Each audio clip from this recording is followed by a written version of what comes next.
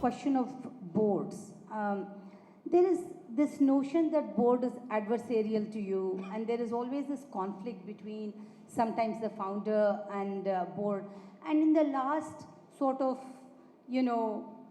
close to 9 years or so that I've known you, there has never been a situation where there is a irreparable conflict or emotional trauma that has been caused to each other, right?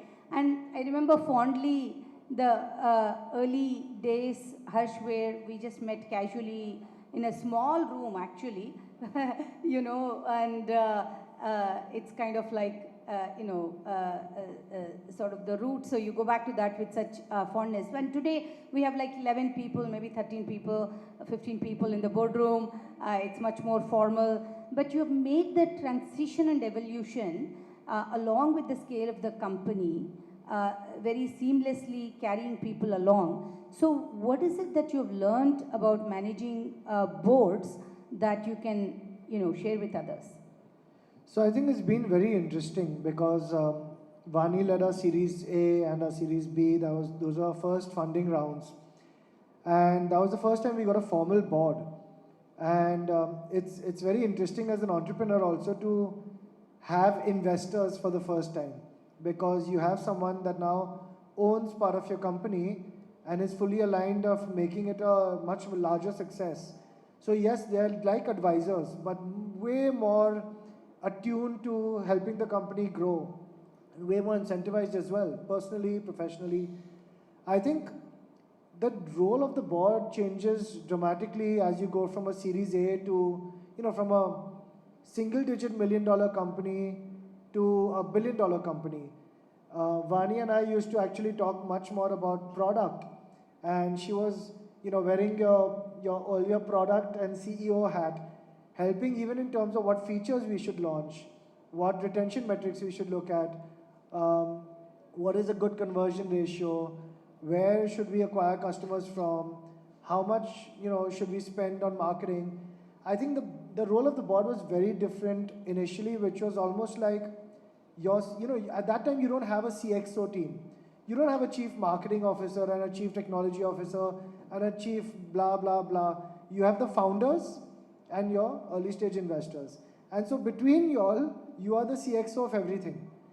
And so it was very interesting to have Vani and all our early stage investors actually work with us hands-on in everything earlier, right from, most of our senior hires would actually interview with them before they joined us.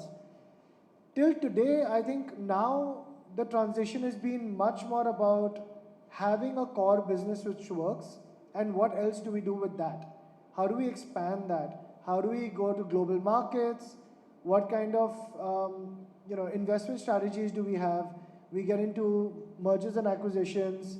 So I think it's much lesser about building the core business, which today is already built, and much more about building the future, expanding, diversifying. And yes, I think that's been the complete transition from an early stage board to a later stage. But I think, like the earlier speaker mentioned, when you're building a company, you're not building the founders. The founders are trying to build an institution that's going to last.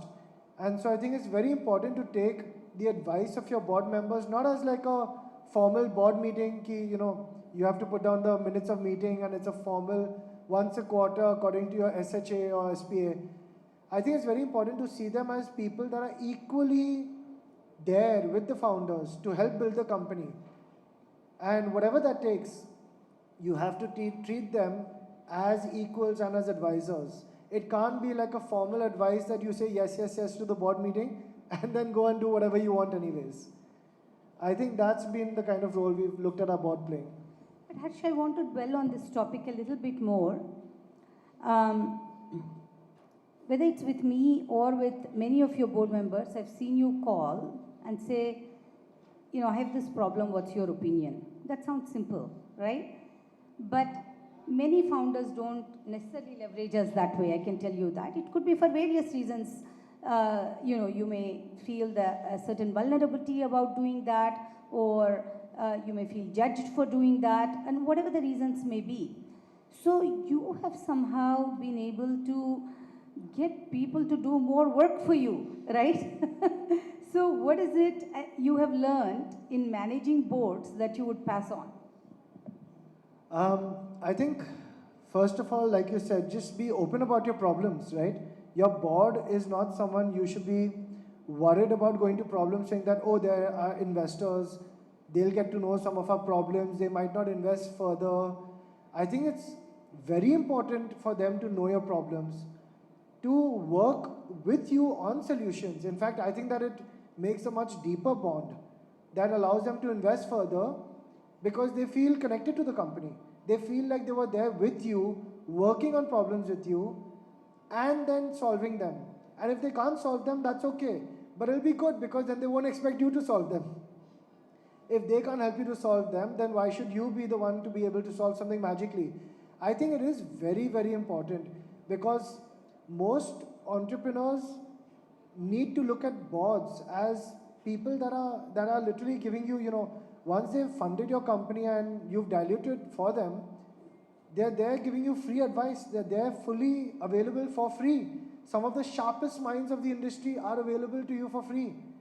As an entrepreneur, what more can you ask for? So I think it's very important to tap into that resource.